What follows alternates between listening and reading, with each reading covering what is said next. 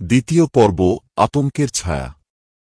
পরদিন ভোরে কমলাকে পাওয়া গেল গ্রামের পাশের বাঁশবনের ধারে, নিস্তেজ শরীর, ঘাড়ে দুটি গভীর দাগ, রক্তশূন্য দেহ। গ্রামে শোকের ছায়া নেমে এল। এ তো অভিশাপ, নিশ্চয়ই কোনো প্রেতিনীর অভিশাপ, বলল বয়স্কা বিধবা সরলা দিদি। গ্রামের কয়েকজন যুবক সাহস করে রাতে পাহারা দেওয়ার সিদ্ধান্ত নিল। তারা লাঠিসোঁটা নিয়ে ঘুরতে লাগল। রাত বাড়তেই ভৌতিক শীতল বাতাস বইতে লাগল। হঠাৎ বটগাছের তলা থেকে একটা ধোঁয়াশা ছায়া উঠতে দেখা গেল। ওই দেখ, কিছু একটা আছে, ফিস ফিস করে বলল রামু।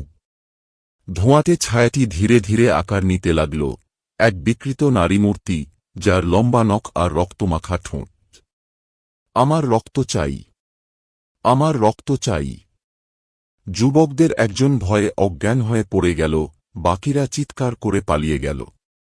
এদিকে গ্রামের কাকু রমেশ এক পুরনো কাহিনী মনে করতে লাগলেন। আজ থেকে 50 বছর আগে এক গরিব মেয়ে, পার্বতী, গ্রামের জমিদারের লালসার শিকার হয়। লজ্জায় ও ক্ষোভে সে গলায় দড়ি দেয়। মৃত্যুর আগে সে শপথ করেছিল, এই গ্রামের নারীদের জীবনকে রক্তশূন্য করে দেব।